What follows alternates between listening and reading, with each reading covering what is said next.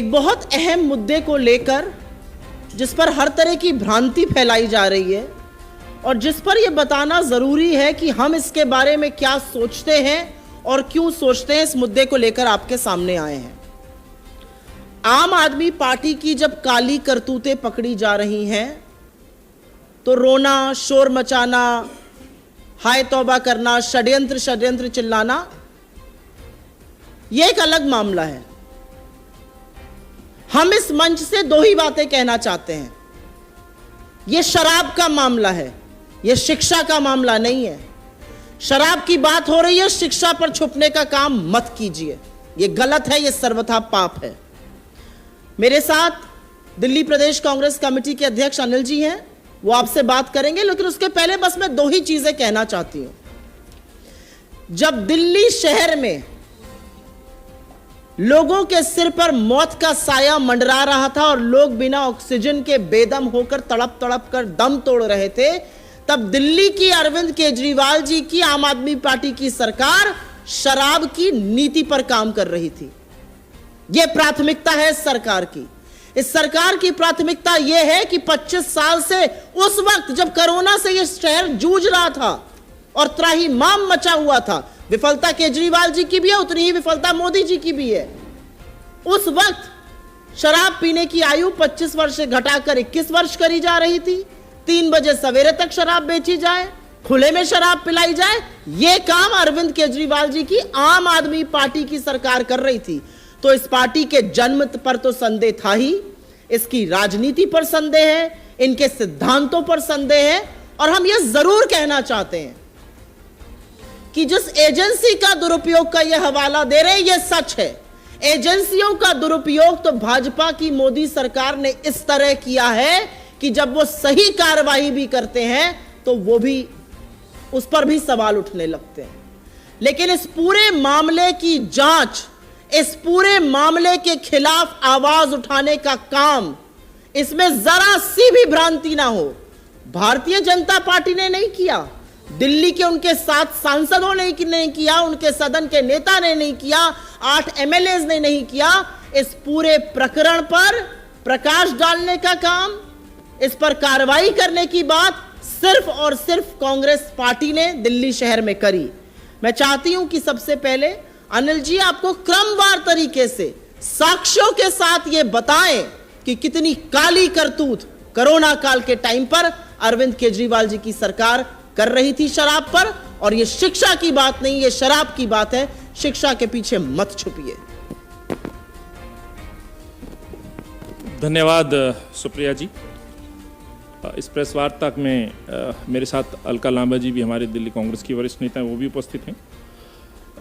सुप्रिया जी ने बड़े विस्तार से बात रखी है और इस आबाकारी नीति को लेकर के जिस तरह से भ्रम फैलाया जा रहा है दिल्ली के अंदर, भाजपा जिस तरह से ये दिखाने की कोशिश कर रही है कि भाजपा के सूरवीरों ने ये लड़ाई जीती है, तो मैं ये कहना चाहता हूँ, ये इस शराब नीति के खिलाफ यदि किसी ने जन आंदोलन किया, किसी ने आवाज़ उठाई और किसी ने इस भ्रष्टाचार को उजागर किया, तो कांग्रेस पार्टी और कांग्रेस के कार्यकर्ता थे। और वो आम जनमानस और वो महिला शक्ति थी जो इसका लगातार विरोध कर रही थी, क्योंकि इस शहर को शराब माफियाओं को बेचा गया था। इस शहर की जो पहचान शीला जी ने खूबसूरत शहर की बनाई थी, उस शहर की जो पहचान है वो देश के नशे की राजधानी के रूप में बनने लगी। और ये इससे बड़ा प्रमाण नहीं हो सकता है। ये हरदीप पुरी साहब के साथ वो एक डेलीगेशन है हमारा जो जाकर के मिला था, और ये डेलीगेशन में मेरे साथ कांग्रेस के वरिष्ठ नेताओं के साथ साथ हमारे पूर्व अध्यक्ष श्री सुभाष चोपड़ा जी भी इसमें उपस्थित रहे। और यहाँ बड़े विस्तार से हमने इस शराब नीति को लेकर के जो खामियां हैं, हालांकि खामियां बहुत सारी हैं, अलग अलग विषय पर हमने अलग अलग विभाग में जाकर के इसको उजागर किया। और ये ट्वीट ये प्रमाण है इस बात का कि हमने मिलने के तदुपरांत इस बात को पब्लिक डोमेन में भी डाला कि हरदीप पुरी साहब से हमने आग्रह किया है कि इस पॉलिसी के तहत जो नॉन कन्फर्मिंग एरिया है वहाँ शराब की जो दुकान खोलने का जो खेल खेला जा रहा है भाजपा के पार्षद या भाजपा शासित नगर निगम के द्वारा, और कानून की जो धज्जियां उड़ाई जा रही हैं, उसको ताक पर रख करके जिस तरह से लाइसेंस खोलने का सर्टिफिकेट बांटे गए हैं, तो हमने ये आग्रह किया कि आप उसको रोकने का काम करें। बजाय रोकने के दिल्ली शहर के अंदर शराब की दुकानें खुलती रही, भाजपा के लोग मौन बने रहे, लेकिन ये लड़ाई हम सड़क से लेकर के विभागों तक लड़ते रहे। ये एक उसका और दूसरा प्रमाण मैं दे रहा हूं। 3/6/2022 को हम दिल्ली पुलिस कमिश्नर राकेश अस्थाना साहब के यहां जाते हैं और विस्तार से हम ये वो उन बिंदुओं पर उनका ध्यान आकर्षित करते हैं, किस तरह से शराब माफियाओं ने मिलकर शराब नीति पे काम किया, फायदा लिया, दिल्ली को लूटने का काम किया। क्या क्या बिंदु थे? कार्टेल था, जो एक समूह बना करके दिल्ली की शराब की दुकानें ली गई। ये वो कॉपी है जिसके बिहाफ पर आज ईओडब्ल्यू जांच कर रहा है। ये दूसरा प्रमाण। तीसरा प्रमाण, इस शहर को बचाने के लिए, मुख्यमंत्री को समझाने के लिए मुख्यमंत्री जी के पूर्व गुरु रहे अन्ना हजारे जी तक हम पहुंचे। अन्ना हजारे जी को भी मैं 13 फरवरी 2022 को चिट्ठी लिखता हूं। अन्ना हजारे जी से यह आग्रह करता हूं कि अपने इस प्रिय शिष्य को समझाएं। जिस शहर की पहचान शीलाजी ने और कांग्रेस ने बनाई, विश्व के अंदर जिस शहर को नाम पहुंचाया, विकास का, डेवलपमेंट का, फ्लाईओवर सिटी का, सुंदर शहर का, उस शहर को उजाड़ने का काम अरविंद केजरीवाल कर रहे हैं। लेकिन ये तानाशाही मुख्यमंत्री नहीं माना। लेकिन अफसोस ये होता है साथियों, जो सुप्रिया जी ने बात कही, आज मैं देख रहा हूं पिछले 2 दिनों से भाजपा के जो सूरवीर सांसद एमएलए उतरे हुए हैं और बड़े बड़े दावे कर रहे हैं। मेरा प्रश्न उनसे है, जैसे सुप्रिया जी ने कहा कि जब देश के अंदर और दिल्ली के अंदर कोरोना फैल रहा था, लोग ऑक्सीजन के लिए तड़प रहे थे, बेड के लिए तरस रहे थे, अस्पतालों के बाहर मौतें हो रही थी, बेड नहीं मिल रहे थे, मेडिसिन की कालाबाजारी हो रही थी, उस समय मुख्यमंत्री और ये शराब मंत्री सिसोदिया और शराब माफिया मिलकर के इस पॉलिसी पे काम कर रहे थे।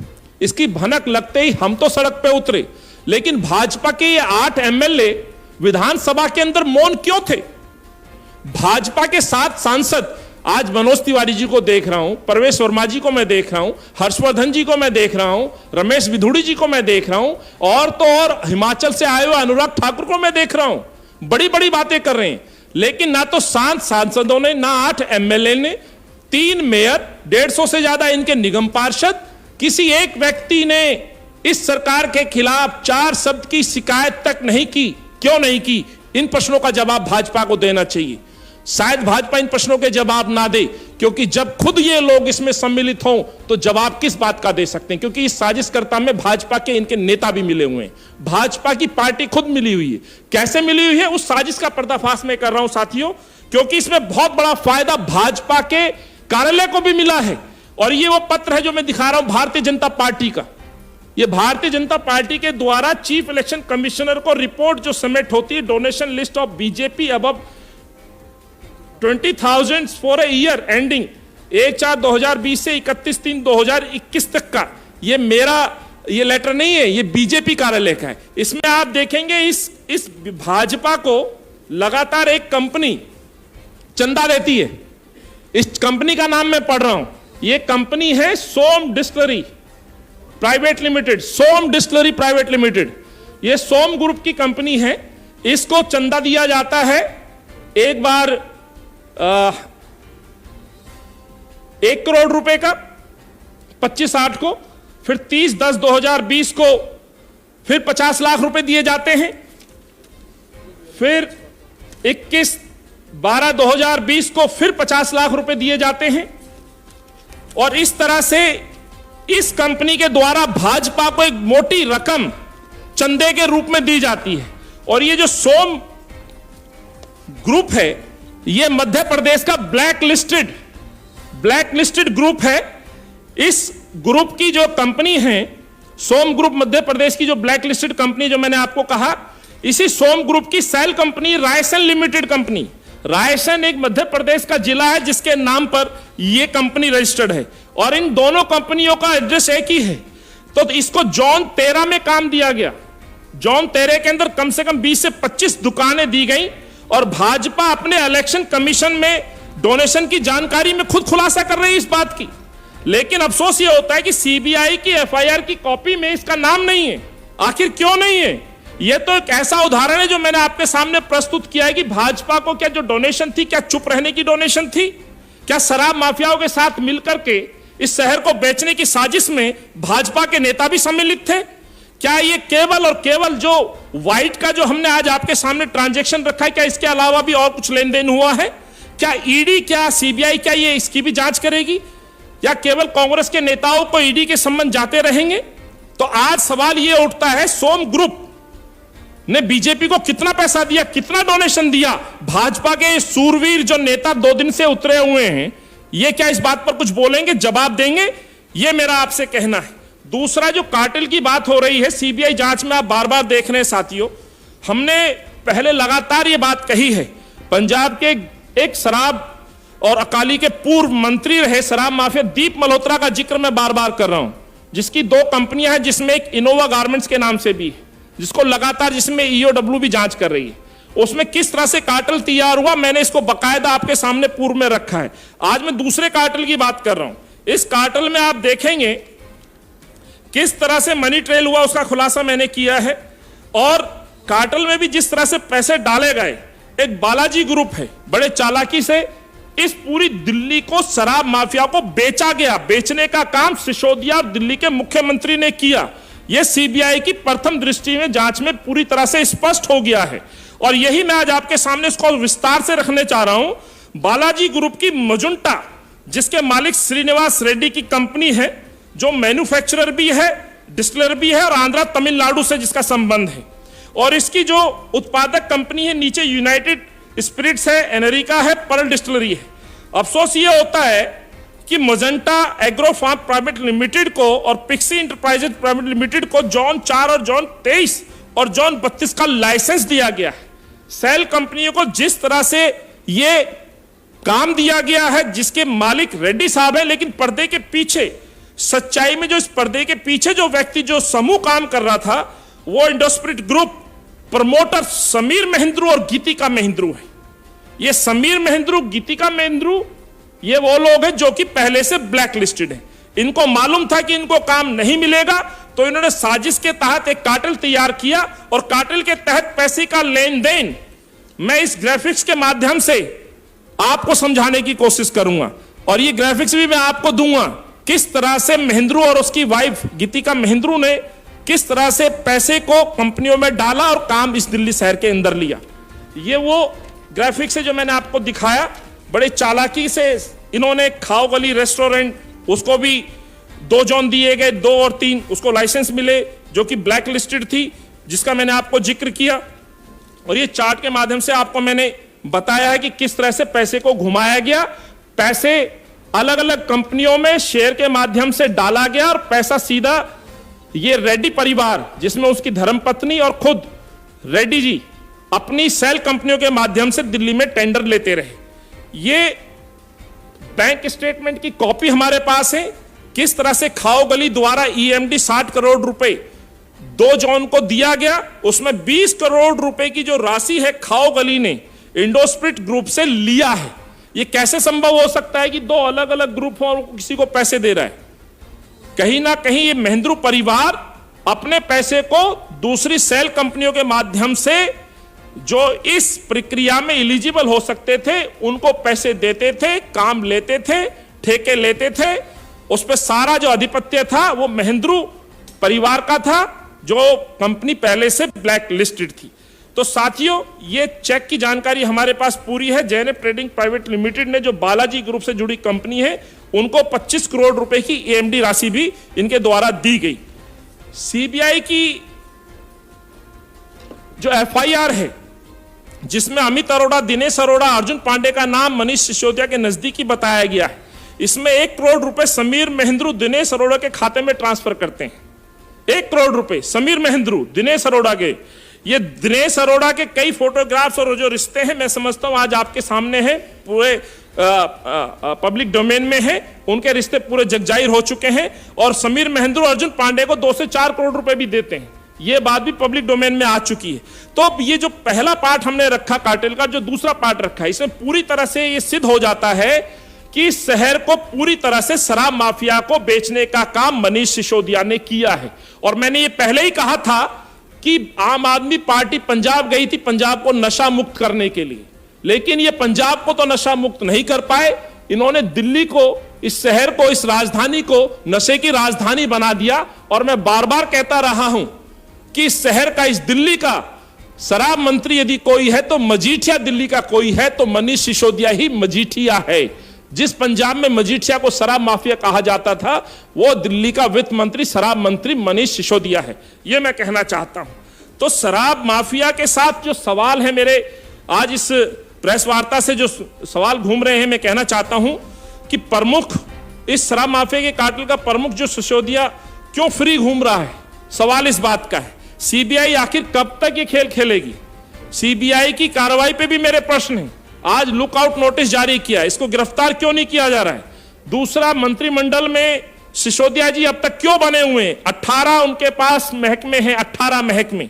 और माफ करना, ये जानकर आपको आश्चर्य होगा, दिल्ली का एकमात्र मुख्यमंत्री शायद आज तक के इतिहास में है जिसके पास कोई भी विभाग नहीं है।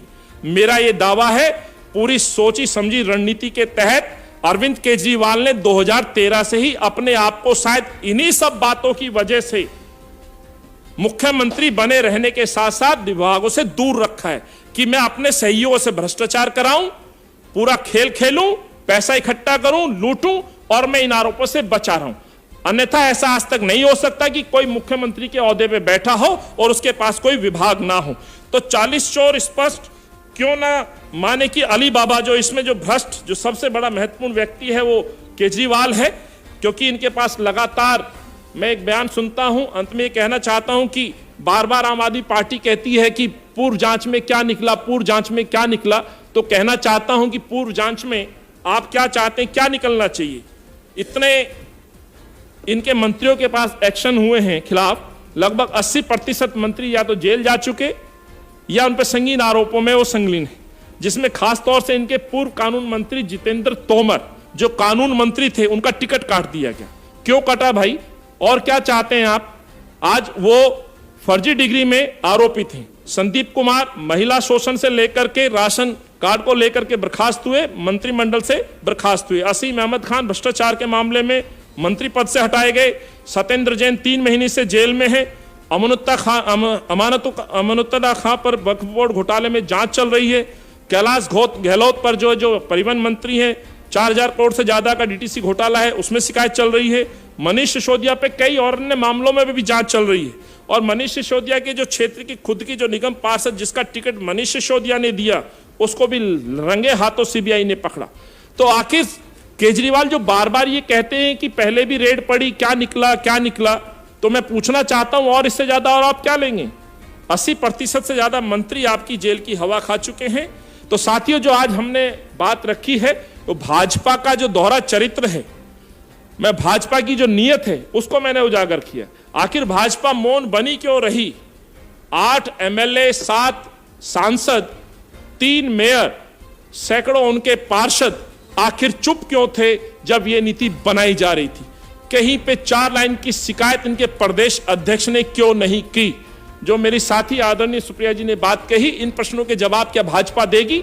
भाजपा के अकाउंट में जो चंदा गया है, जो कंपनी जो मध्य प्रदेश की जो ब्लैक लिस्टेड कंपनी है, क्या उस पर आज ये इनके सूरवीर नेता आकर के कुछ बयान देंगे? इन प्रश्नों के जवाब शायद जनता को देने चाहिए। धन्यवाद। बहुत बहुत धन्यवाद अनिल जी। इससे पहले कि मैं अलका जी से कुछ शब्द कहने को कहूं, एक बात पूरी तरह से साफ है कि इस मुद्दे को लगातार हम उठा रहे थे और यह भी साफ है कि भाजपा की तरह हम आर के मूर्खतापूर्ण पेपर नहीं दिखाएंगे किसी के नाम की स्पेलिंग बदलने का, लेकिन हम आपको साक्ष्य और तथ्य दिखा रहे हैं कि कैसे भाजपा और आम आदमी पार्टी दोनों के हाथ इस लिकर स्कैम में सने हुए हैं। अब जवाबदेही ना सिर्फ आपकी, भाजपा की भी तय होगी। अलका जी। धन्यवाद। मैं एक बात को दोबारा दोहरा रही हूं, भारतीय राष्ट्रीय कांग्रेस का बिल्कुल यह मानना है कि केंद्र की भाजपा सरकार संवैधानिक संस्थाओं का दुरुपयोग अपने राजनीतिक विरोधियों के खिलाफ, खासतौर से कांग्रेस के खिलाफ कर रही है। लेकिन जब केंद्र की ये संवैधानिक संस्थाएं सही काम भी कर रही हैं तो गलत लग रहा है। ये सही है, हम मानते हैं कि भ्रष्टाचार आम आदमी पार्टी की आबकारी नीति में हुआ है। इसके पूरे सबूत दिल्ली प्रदेश के अध्यक्ष अनिल चौधरी जी ने आपके सामने रखे। सवाल पूछते हैं, सीबीआई की जांच के डर से, जांच के बाद ही दिल्ली की आम आदमी पार्टी सरकार ने इस नीति को वापस क्यों लिया? और उस नीति को जिसे ये शीला दीक्षित जी की भ्रष्ट नीति बताते थे जब वो सत्ता में थी, उसे ही लागू क्यों किया? अगर आपकी यह शराब नीति ईमानदारी वाली, लाभ देने वाली थी करोड़ों रुपयों का, और जो आपका दावा था कि आपने मोहल्लों में सभाएं करके महिलाओं से पूछकर नीति लागू की है, तो अपनी इस नीति को आपको वापस क्यों लेना पड़ा? यह सवाल आज उठ रहा है। ठीक कहा मेरी सहयोगी ने, बात शिक्षा नीति की नहीं है, बात शराब नीति की है। और आप अपनी इस भ्रष्ट शराब नीति को लेकर शिक्षा नीति के पीछे छुपना चाह रहे हैं। आपकी क्या है शराब नीति? कह रहे हैं मनीष सिसोदिया जी वो तो बच्चों का भविष्य बना रहे थे, इसलिए उनको टारगेट किया जा रहा है। अरे एक के साथ एक शराब की बोतल मुफ्त में देकर आप भविष्य बना रहे थे। शराब पीने की उम्र कम करके आप बच्चों का भविष्य बना रहे थे। ड्राई डे कम करके आप भविष्य बना रहे थे। देवली विधानसभा दिल्ली की नजारा देखा हमने। महिलाएं जब विरोध कर रही थी कि मोहल्लों में, इलाकों में नियम कानूनों को ताक में रखकर अरविंद केजरीवाल जी शराब के ठेके खोल रहे थे, तो महिलाओं ने जब विरोध किया तो महिला मार्शल से उन्हें पिटवाया जाता है। बात आती है कि कांग्रेस पे ईडी सीबीआई की रेड हुई, तब गलत अब सही क्यों? कांग्रेस परिवार है। राहुल गांधी जी, सोनिया गांधी जी हमारे परिवार के सदस्य हैं। हमें भरोसा है कि हमारे परिवार के सदस्य ने कोई भ्रष्टाचार नहीं किया, तो पूरा कांग्रेस का परिवार देश के कोने कोने से अपने उस परिवार के वरिष्ठ सदस्य श्रीमती सोनिया गांधी जी, राहुल गांधी जी के साथ ताकत के साथ खड़ा है, सड़कों पर लड़ रहा है। पर अरविंद केजरीवाल जी दिल्ली देश जानना चाहता है, आपके स्वास्थ्य मंत्री को ईडी ने मनी लॉन्ड्री के केस में 2 महीने से जेल में बिठाया हुआ है, और इन 2 महीनों में दिल्ली पूछ रही है अरविंद केजरीवाल जी कि आप कांग्रेस की तरह, आपका कार्यकर्ता कांग्रेस के कार्यकर्ताओं की तरह, आपके विधायक कांग्रेस के विधायकों की तरह अपने नेता के समर्थन पे एक बार भी सड़क पर क्यों नहीं दिखे?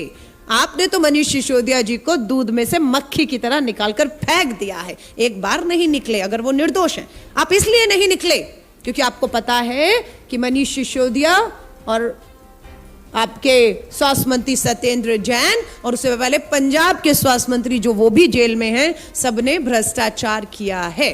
बात करती हूं अब 2024 की। कितना भद्दा मजाक है कि 2024 का सेट किया जा रहा है नैरेटिव। ये तो प्रधानमंत्री नरेंद्र मोदी जी और अरविंद केजरीवाल की लड़ाई है। कांग्रेस इसे मानती है ये 2 ठगों की बीच की लड़ाई 2024 बनाने की एक कोशिश है कि बड़ा ठग देश का और छोटा ठग देश का लड़ेगा। बड़े ठग ने क्या किया? बड़े ठग ने पूंजीपति मित्रों के साथ मिलकर देश के बैंकों को चूना लगाया। छोटा ठग शराब नशा माफियाओं के साथ मिलकर दिल्ली को खजाने को 144 करोड़ का चूना लगा रहा है। और ये किसने कहा? दिल्ली सरकार के मुख्य सचिव की रिपोर्ट के आधार पर दिल्ली के एलजी ने सीबीआई को जांच सौंपी है। लास्ट बात कर रही हूं, नैतिकता थोड़ी भी बची हो। याद है हमें रामलीला मैदान, याद है हमें अन्ना आंदोलन, याद है हमें डॉक्टर मनमोहन सिंह जी और शीला दीक्षित जी का इस्तीफा मांगते थे। नैतिकता नैतिकता, आज नैतिकता आपकी तेल लेने चली गई, पूछेंगे कहां गायब हो गई? मर गई नैतिकता। थोड़ी भी नैतिकता दिल्ली के मुख्यमंत्री, आम आदमी पार्टी के कन्वीनर अरविंद केजरीवाल जी, अगर आप में बची है तो भारतीय राष्ट्रीय कांग्रेस आपसे अभी और इसी वक्त तुरंत मांग करती है कि आपके स्वास्थ्य मंत्री जो पिछले 2 महीने से जेल में हैं, सत्येंद्र जैन जी, वो और दिल्ली के उप मुख्यमंत्री जो शराब नीति के पूरे भ्रष्टाचार में सबूतों के साथ लिप्त पाए गए हैं, उनका तुरंत मंत्री पद से इस्तीफा लिया जाए। उन्हें कानून का सामना करने को कहा जाए, क्योंकि सीबीआई ने जो लुकआउट नोटिस आज जारी किया है वो 12 घंटे की छानबीन, 12 लोगों के खिलाफ एफआईआर, जिसमें प्राथमिकता पे पहला नाम दिल्ली के उप मुख्यमंत्री का है, लुकआउट नोटिस साबित करता है सबूत हैं। अपराधी जो आरोपी हैं उनमें डर है और वो देश छोड़कर भाग सकते हैं। ये हमें भी लगता है, इस कार्रवाई को हल्के में ना लिया जाए। लास्ट शब्द कह रही हूं, बहुत लंबा नहीं करूंगी। गुजरात और हिमाचल का चुनाव सर पे खड़ा हुआ है। जहां जहां भाजपा को लगता है कि आम आदमी पार्टी के जाने से उन्हें लाभ होता है, जैसे कि हमारे सामने अभी उत्तराखंड और गोवा का चुनाव था, लाभ हुआ, दोनों तरफ भाजपा हार रही थी, सीधा मुकाबला कांग्रेस के साथ था। आम आदमी पार्टी गई, भाजपा को जिताया और उनके गोवा के मुख्यमंत्री के उम्मीदवार तो भाजपा में ही चले गए। सो अभी यहां पर भी यही खेल ना हो जाए कि सीबीआई को समझौते का एक जरिया बनाया जाएगा। ये हमें लगता है कि चुनाव गुजरात का है, चुनाव हिमाचल का है, दोनों का एक खेल ना हो, सीबीआई फुटबॉल ना बने, ये जांच फुटबॉल ना बने, दूध का दूध पानी का पानी हो। इसलिए सीबीआई की साख का भी सवाल है। सीबीआई से उम्मीद करते हैं कि आपने जो छापेमारी की, जो सबूत इकट्ठे किए, जो एफआईआर की है, फास्ट ट्रैक में इस पे जांच को पूरा करके अपनी साख को भी बचाएं और दोषियों को जेलों की सलाखों के पीछे जो है वो भेजने का काम करें। धन्यवाद। बहुत बहुत धन्यवाद अलका जी। और इससे पहले कि हम लोग आपके डायरेक्ट सवाल लें,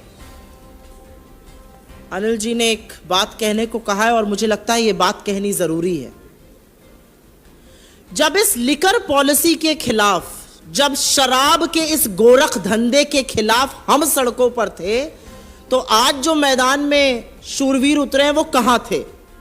कांग्रेस ठेके बंद करने के लिए आंदोलन कर रही थी, भाजपा के सांसद मनोज तिवारी जी गाना रिकॉर्ड कर रहे थे, रिंकिया पप्पा या भगवान जाने कौन सा, गौतम गंभीर कमेंट्री कर रहे थे जब इस शहर के लोग कोविड से जूझ रहे थे, जब मास्टर प्लान की धज्जियां हो रही थी, तो अनिल चौधरी जी जैसे लोग और वरिष्ठ नेता कांग्रेस के हरदीप पुरी से मिलकर उनको इसको खत्म करने को कह रहे थे और हमारे काउंसलर धरना दे रहे थे।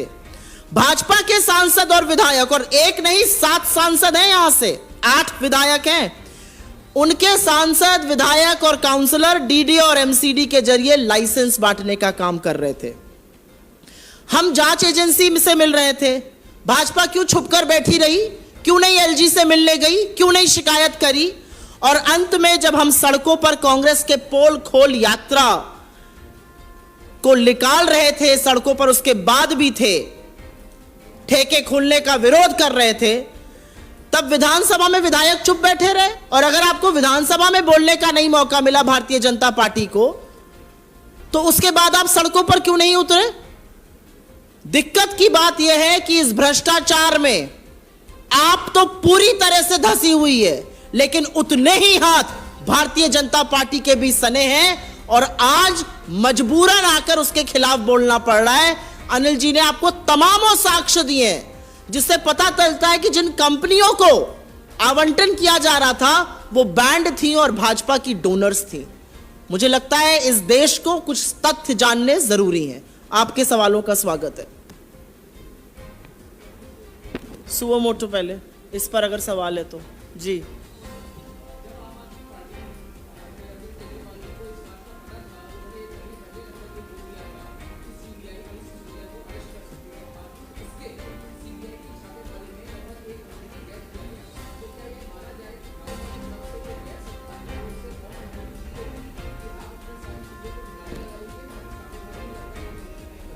मैं अनिल भाई से कहूंगी वो इसका जवाब दे, लेकिन उसके पहले मैं एक लाइन बोल देती हूं। मौन सिद्धांत की जो आप बात कर रहे हैं, अगर मौन मंजूरी ना होती तो जब ये पूरा गोरख धंधा चल रहा था तो भारतीय जनता पार्टी क्यों मुंह पर टेप लगाकर बैठी थी? कहां थे उनके सांसद? कहां थे उनके विधायक? क्यों कोई यहां पर विरोध नहीं हो रहा था? असलियत यह है, ना एलजी से मिले, ना हरदीप पुरी से मिले, ना इनके सांसदों ने कोई प्रदर्शन किया, ना विधायकों ने इसके खिलाफ चू तक करी। साक्ष्य बताते हैं कि डोनर तो वही थे जिनको लाइसेंस मिल रहे थे, तो बेचारे बोलते कहां से? और मेरे हिसाब से एक बात बहुत छोटी है जिसका अलका जी ने को उल्लेख किया था। बात सिर्फ एक है, ये सिक्के के 2 पहलू हैं, एक बड़ा रिचार्ज है और एक छोटा रिचार्ज है। इनके सिद्धांतों में, इनकी ठगी में कोई अंतर नहीं है। अनुज जी एक मैं कंप्लीट कर दूं। आपने जो बात कही, देखिए ये सच है, सीबीआई को जिस गति से कार्रवाई करनी चाहिए थी वो नहीं हुई। लेकिन हाँ, मैं एक बात के लिए दिल्ली के अभी जो वर्तमान जो एलजी साहब हैं उनका आभार जरूर व्यक्त करूंगा। लेकिन हाँ, मैं ये उम्मीद रखता हूं कि आगे भी इसी गति से कार्रवाई होगी। इसमें मौका मिला है सरकार को, लेकिन कुछ चीज़ें अभी भी रिकॉर्ड पे ऐसी है जिसको मिटाया नहीं जा सकता, जिसमें सीबीआई ने माना है।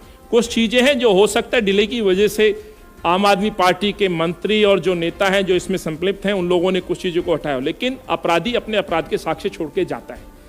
आज जिस तरह से लुकआउट नोटिस जारी किया है, सवाल ये कि आप इस तरह का लुकआउट नोटिस जारी करना, ये इवेंट क्यों बना रहे हैं? सीधा उसको पकड़ना चाहिए, सलाखों के पीछे डालना चाहिए, ये सबसे बड़ी बात है। अलका जी ने जो बात कही है, हम पहले दिन से कह रहे हैं कि आम आदमी और बीजेपी में कोई फर्क अंतर नहीं है। याद होगा इसी शहर में 15 साल शीला जी ने इस शहर को बनाया, परिवार की तरह बनाया, इस शहर को नई पहचान और नई ऊंचाइयों पर हम लेके गए। रत्ती भर आरोप आक्षेप नहीं थे 15 साल में। ऐसा क्या हुआ 7 साल के अंदर 80% से ज्यादा इनके मंत्री जेल की हवा खा चुके हैं। और बार बार मंत्री जी बेशर्मी से मुस्कुरा के कहते हैं कि पहले भी जांच हुई, रेड पड़ी, क्या निकला? अरे क्या निकला? 80% से ज्यादा मंत्री जेल की हवा खा चुके हैं, पद छोड़ चुके हैं। और आप वही मुख्यमंत्री हैं जो रामलीला मैदान में खड़े होकर के एक एक मंत्री को सर्टिफिकेट दिया करते थे, कोहिनूर बताया करते थे। तो आज जितेंद्र तोमर फर्जी डिग्री में 420 में गया, सत्येंद्र जैन 3 महीने से जेल में है। तो स्वाभाविक है पूरा का पूरा सिस्टम अपने आप को दूर रखते हुए बेचने का काम अरविंद केजरीवाल के इशारे पे दिल्ली में हुआ है।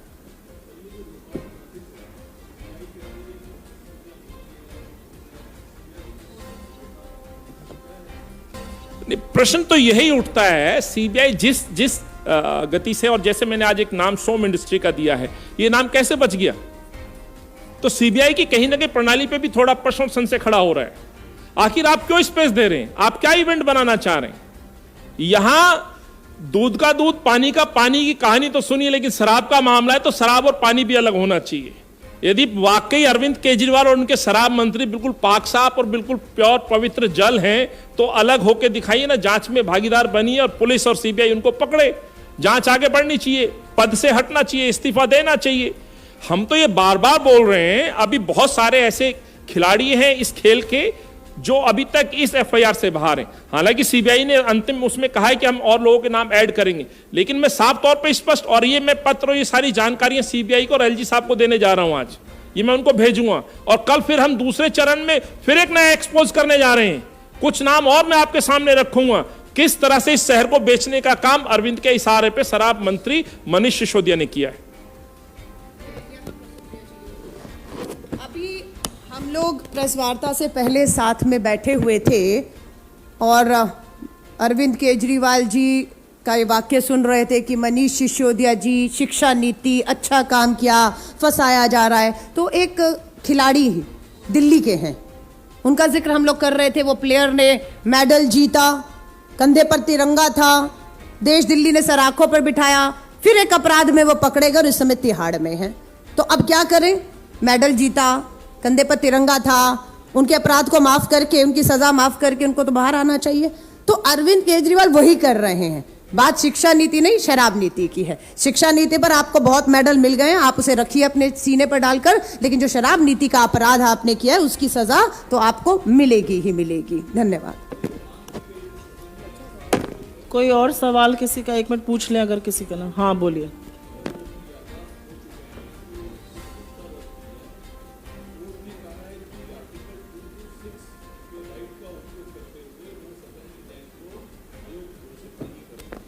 देखिए ऐसा है कि अगर आपके ऊपर एक चार्ज लगा है, आपको सवालों के जवाब देने पड़ेंगे। आपने पहले लुकआउट सर्कुलर की बात करी, इस पर भी एक विरोधाभास फैलाया जा रहा है। लुकआउट सर्कुलर का मतलब होता है कि अगर कोई देश छोड़कर एयरपोर्ट से, पोर्ट से बाहर जा रहा है तो उस पर पुलिस निगरानी रखती है। उसका मतलब ये नहीं होता है कि सीबीआई अरेस्ट करने के लिए। लुकआउट सर्कुलर का मतलब होता है व्यक्ति देश छोड़ के नहीं जा सकता, उस पर नजर रखी जाती है। मुझे ऐसा लगता है बाल की खाल निकालने की बात नहीं है। हम लोगों ने बहुत सारे साक्ष्य और तथ्य आपके सामने रखे हैं जिससे पूरी तरह से साफ है कि दोनों चोर चोर मौसेरे भाई एक ही साथ ये दंगल कर रहे थे। अब एक साहब पकड़ लिए गए तो दूसरे साहब आकर वहां पर शूरवीर बन रहे हैं। पहले तो भारतीय जनता पार्टी इस बात का जवाब दे कि इस डोनर से आपका क्या संबंध था, और आम आदमी पार्टी के सामने तो सवालों की लड़ी लगी हुई है। धन्यवाद। अगर कोई और सवाल ना हो। जी जी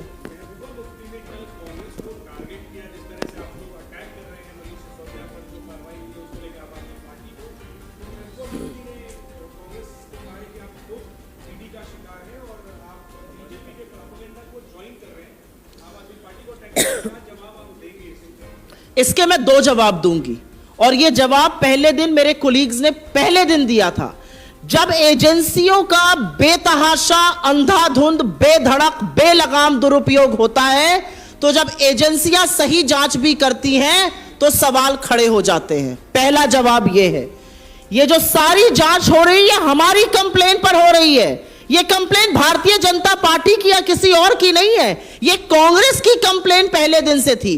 तो क्योंकि एजेंसियों ने हमारे खिलाफ फ्रंटल बनकर भारतीय जनता पार्टी के अपने अधिकारों का दुरुपयोग किया है, तो क्या हम किसी और के भ्रष्टाचार पर चुप हो जाएंगे?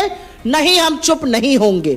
दुरुपयोग करती है सरकार, दुरुपयोग किया है सरकार ने, उसके खिलाफ आवाज उठाएंगे। और मैं एक चीज जरूर कहना चाहती हूं, जब आप सांप को दूध पिलाते हैं तो वो सांप एक दिन फन खड़ा कर कर आप ही को डसता है। सारा और समूचा विपक्ष जब कांग्रेस के साथ गलत हो रहा था, जब कांग्रेस के साथ ईडी मनचाही कार्रवाई कर रही थी, निरंकुश बनी थी, सबने भर्त्सना करी थी, सिर्फ एक आम आदमी पार्टी को छोड़कर। और आज जब आपने कुछ गलत किया और आपके साथ सवाल पूछा जा रहा है, अगर आपको लगता है कि हम चुप बैठ जाएंगे ये सोचकर कि एजेंसियों ने हमारे साथ गलत किया है, भ्रष्टाचार पर कांग्रेस कोई समझौता नहीं करेगी। धन्यवाद। सॉरी, इसमें जो आपने बात कही है, दुरुपयोग होता है, और मेरी साथी ने बहुत विस्तार से इस बात को आपके सामने रखा भी है, लेकिन अभी भी मुझे लगता है अब दुरुपयोग होने की इसमें गुंजाइश है। जैसे मैंने एक मध्य प्रदेश की एक ब्लैक लिस्टेड कंपनी का आपको नाम दिया है, जिसने भाजपा को चंदा दिया, तो सीबीआई की लिस्ट में नाम कैसे नहीं आया एफआईआर? तो दुरुपयोग होगा, लेकिन ये एफआईआर, ये कंप्लेंट, ये संघर्ष कांग्रेस का था और इन महिलाओं का था जो दिल्ली की मेरी बहनें चौक चौराहे पे बच्चों को बस से उतर के अपने घर ले जाने का काम करती थी। उन चौक चौराहे पे जब दारू की दुकानें खुल रही थी तो कांग्रेस के नेता उनकी आवाज बन के प्रदर्शन कर रहे थे, और भाजपा और आम आदमी पार्टी के लोग पुलिस प्रोटेक्शन दिला रहे थे शराब माफिया को। तो ये तो लड़ाई कांग्रेस के कार्यकर्ताओं की थी, जो जनता की हमने जो पोल खोल यात्रा निकाली, मोहल्ले में घूमे, हर जगह हम गए। तो ये कह देना मुफ्ती मैम को मैं कहना चाहता हूँ, सिर्फ इतना कहना चाहता हूँ। दूसरा, एक जो जिस संदर्भ में वो बात कहना चाह रही हैं उसकी तुलना भ्रष्टाचार से करना, एक समाचार पत्र नेशनल हेराल्ड की तुलना, समाचार पत्र जो अंग्रेजों के खिलाफ आवाज उठाता था, क्रांतिकारी भगत सिंह जैसे हमारे योद्धाओं की जो कहानियां लिखता था, अंग्रेजों की कमियों को उजागर करता था, उस समाचार पत्र की इससे तुलना करना मैं समझता हूं ये वाजिब नहीं होगा।